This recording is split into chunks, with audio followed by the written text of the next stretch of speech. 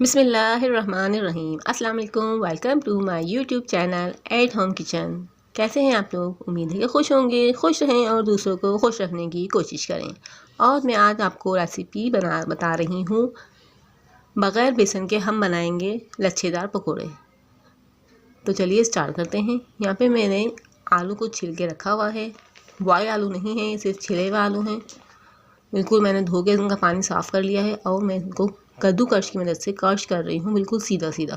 देख सकते हैं आप लोग, मैं बिल्कुल सीधा सीधा क्रश कर रही हूँ। इस तरह से बिल्कुल सीधा सीधा आप लोग क्रश कर लें। इसी तरह मैं सारे आलू को क्रश कर लूँगी। ये देख लीजिए मेरे सारे आलू क्रश हो चुके हैं। अब मैं इसके अंदर मसाले डालूँगी।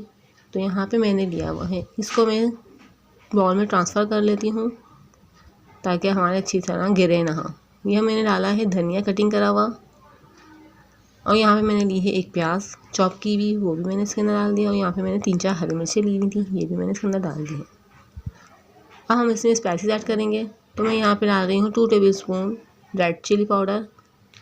कम ज़्यादा अपने हिसाब से कर सकते हैं आप लोग। हल्दी पाउडर 1 पिंच। धनिया डाल रही हूँ मैं साबुत इसके अंदर 2 टेबल स्पून के करीब मैंने इसके अंदर साबुत धनिया डाला है। 1 टेबल स्पून मैंने इसमें चाट मसाला डाला है, और यहाँ पे नमक मैंने डाला है। अब मैंने इसमें अंदर बेसन नहीं, मैं सिर्फ इसके अंदर आटा शामिल कर रही हूँ। मैंने इसके अंदर आटा शामिल करा, तकरीबन 4 टेबल स्पून मैंने इसके अंदर आटा शामिल करा। अब इसको आटे से इस तरह से भून लेंगे। इसमें हम पानी यूज़ नहीं कर रहे।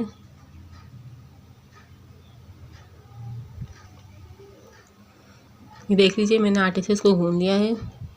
जो हमारा आलूओं का पानी था उसी में हमने आटा गूंद लिया है।